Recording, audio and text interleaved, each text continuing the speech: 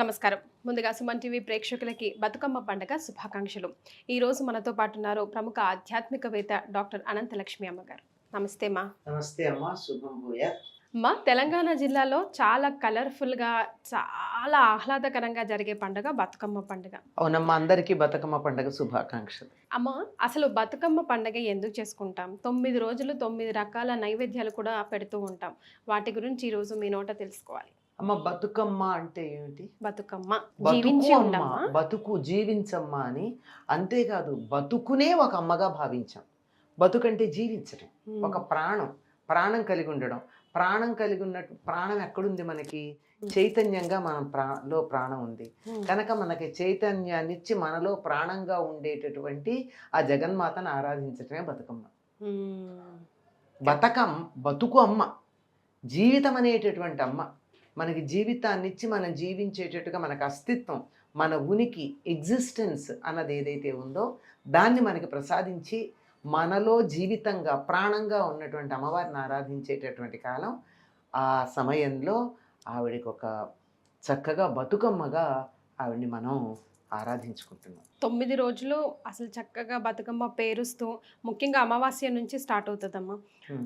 బతుకమ్మని పేరుస్తూ ఉంటే పెద్దల అమాస అంటారు కదా, ఇక్కడ పెద్దల అమాస కాస్త నాని నాని నాని పెద్దల అమాస అయిపోయింది. పెద్దల అమావాస్య, దీన్నే మహాలయ అమావాస్య అని కూడా అంటారు. అక్కడ నుంచి మొదలుకొని 9 రోజుల పాటు చేసే నైవేద్యాల గురించి మాట్లాడుకుందాం. మొదటి రోజున ఎంగిలి పూల బతుకమ్మ అంటారు. అంటే ముందు రోజే అన్నదమ్ములు ఎవరైతే ఉంటారో వాళ్ళు వెళ్ళి రకరకాల పూలు చుట్టుపక్కల ఉన్నటువంటి తోటల నుంచి, అక్కడి నుంచి, ఇక్కడి నుంచి తీసుకొచ్చి పెడతారు. అందులో గునుగు పూల లాంటివి ఎన్నాళ్ళైనా వాడిపోకుండా చక్కగా అట్లాగే ఉంటాయి.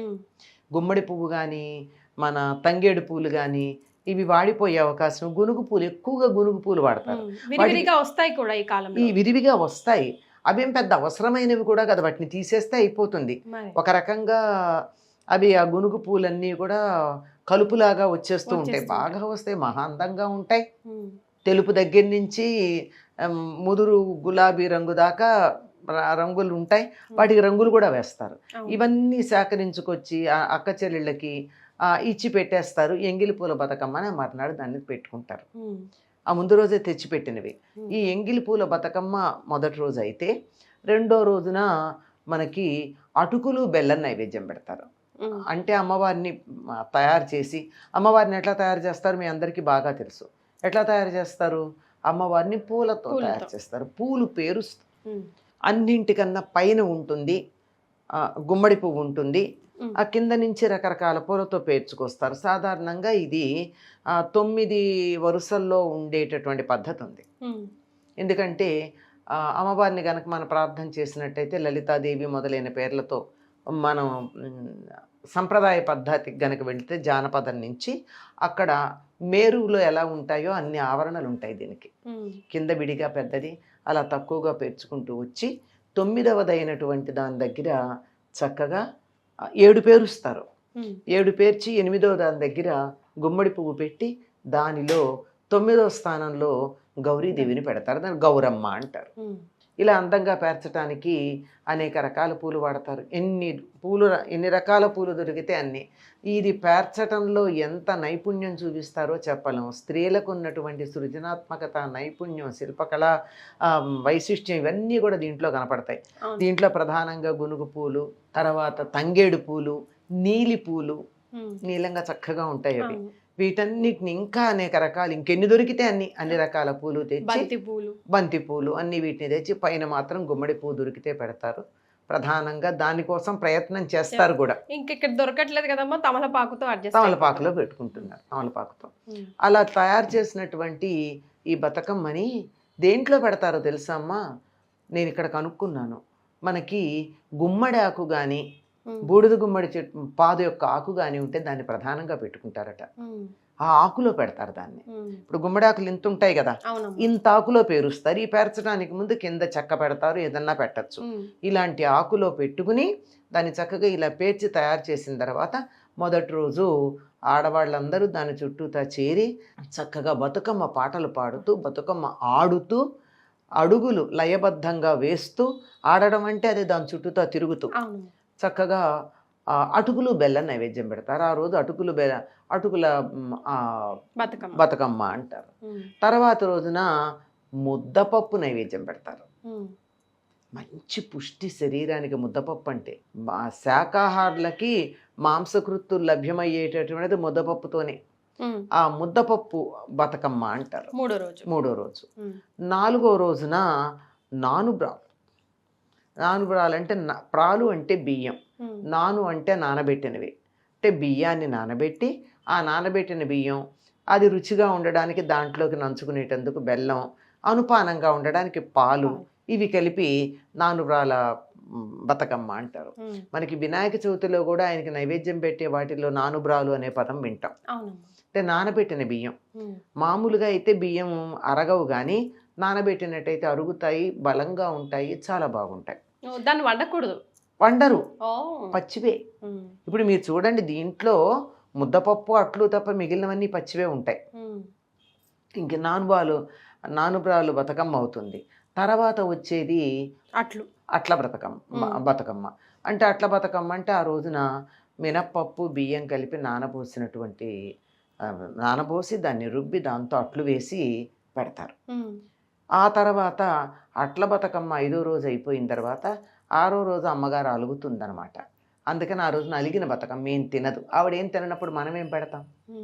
అయిన తర్వాత 6వ రోజు అట్ల బతుకమ్మ అయిపోయిన తర్వాత 7వ రోజున వేపకాయల బతుకమ్మ పెడతారు.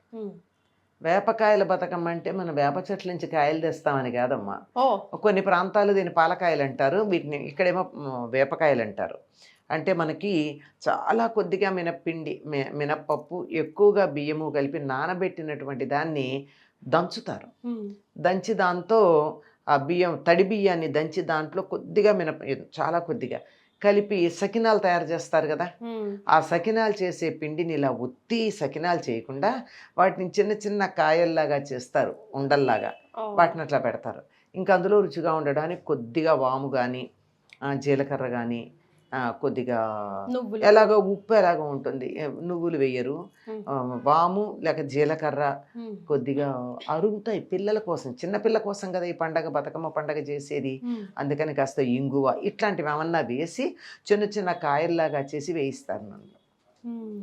అవి వేపకాయలు అంటారు, కొన్ని చోట్ల పాలకాయలు అంటారు. ఏదైనా పిండిదే కరకరలాడుతుంటే కొంచెం గట్టిగా పళ్ళకు గట్టిగా తగులుతూ రుచిగా ఉప్పగా ఇది పెడతారు 7వ రోజు. తరువాత రోజున వెన్నముద్దల బతుకమ్మ. వెన్నముద్ద అంటే పాలల్లోంచి పెరుగు చేసి దాంతో వచ్చేవి కాదు, నువ్వులు బెల్లం కలిసి దంచి చేసినటువంటిది. ఇది వెన్నముద్ద బతుకమ్మ. తర్వాత రోజుది సద్దుల బతుకమ్మ.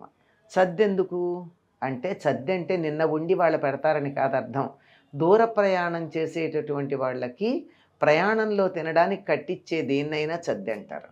అంటే ఇట్లా పొయ్యి మించి దించి ఇట్లా తింటలేదు, దాన్ని కొంచెం చల్లారాక తర్వాత ఎప్పుడో తింటారన్న ఉద్దేశంతో ఇట్లా ఒక్కొక్క రోజున ఒక్కొక్కటి పెడతారు. వీటిల్లో మీరు గమనించినట్టయితే అంతా కూడా బియ్యము పప్పుతోనే ఉందంతా, ఇంకో పదార్థం లేదు.